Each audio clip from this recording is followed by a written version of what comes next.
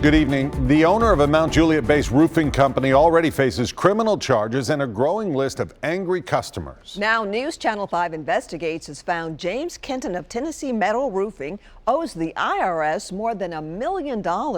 Consumer investigator Jennifer Krause is digging into how he recently bought an expensive boat with cash.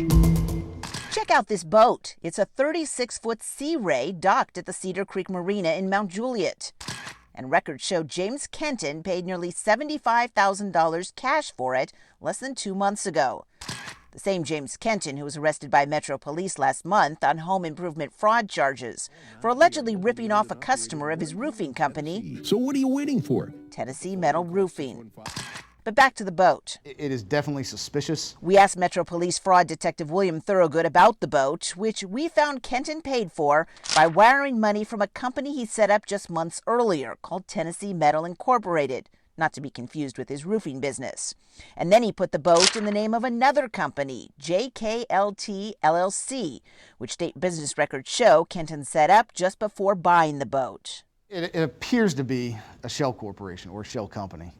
Shell companies are typically used to hide assets. Hide assets, police say, when you're facing lawsuits or owe money to creditors. And in Kenton's case, we found he owes a lot of money to the IRS.